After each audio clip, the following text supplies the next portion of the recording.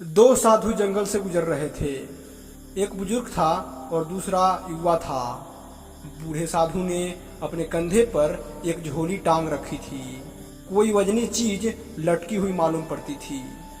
रास्ता बड़ा भयानक था और दूर दूर तक कोई दिखाई नहीं पड़ता था।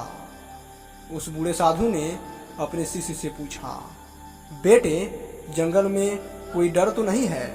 अपने गुरु के बात सुन उस युवा सन्यासी को बहुत आश्चर्य हुआ, क्योंकि आज तक उसके गुरु ने इस तरह के प्रश्न कभी नहीं पूछे थे।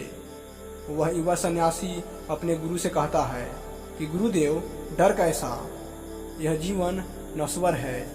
गुरु ने कहा, ठीक है, हम आगे बढ़ते हैं। दोनों गुरु शिष्य अपने मार्ग पर आगे बढ़ते हैं। रात और गहरी होने लगती है और सन्नाटा ज़्यादा छाने लगता है।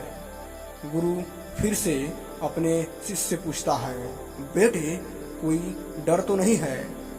शिष्य चौंक जाता है और कहता है, डर कैसा और किस बात का डर? हम सन्यासी हैं, भला हमें कैसा डर हो सकता है? शिष्य के बात सुनकर गुरु कहा, ठीक है, हम आगे बढ़ते हैं। थोड़ा और आगे चलने पर उन्हें एक कुआं मिलता है। शिष्य कुएं से पानी निकालता है और अपने गुरु को दे देता है। गुरु अपने शिष्य को अपने झोला दे देते हैं और पानी पीने लगते हैं। शिष्य को तो पहले से ही शक था कि झोले में कुछ तो जरूर होना चाहिए, क्योंकि बिना कारण के भय पैदा होना असंभव है।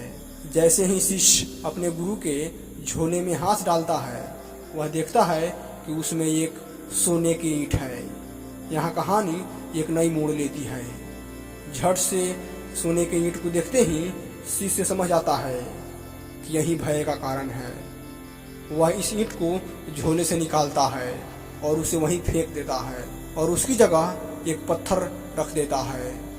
गुरु ने पानी पिया और अपने झोला वापस ले लिया और अपने कंधे पर टांग लिए।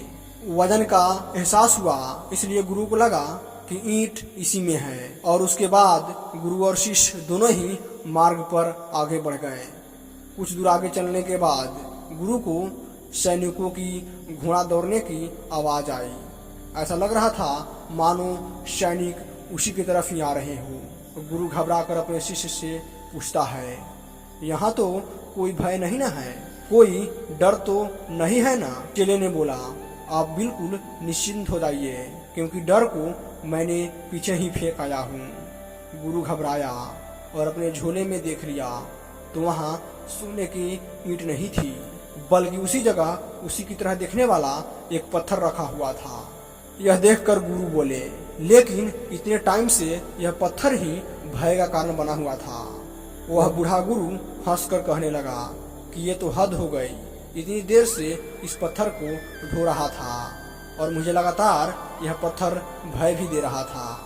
गुरु अपने शिष्य से कहता है, तुमने ठीक कहा कि तुमने भय को पीछे ही छोड़ दिया है, पर पागल, तुमने यह मुझे पहले क्यों नहीं बता दी? मैं इतनी देर से इस पत्थर के कारण भयभीत रहा। ये इतनी देर से भय बिल्कुल व्यर्थ था।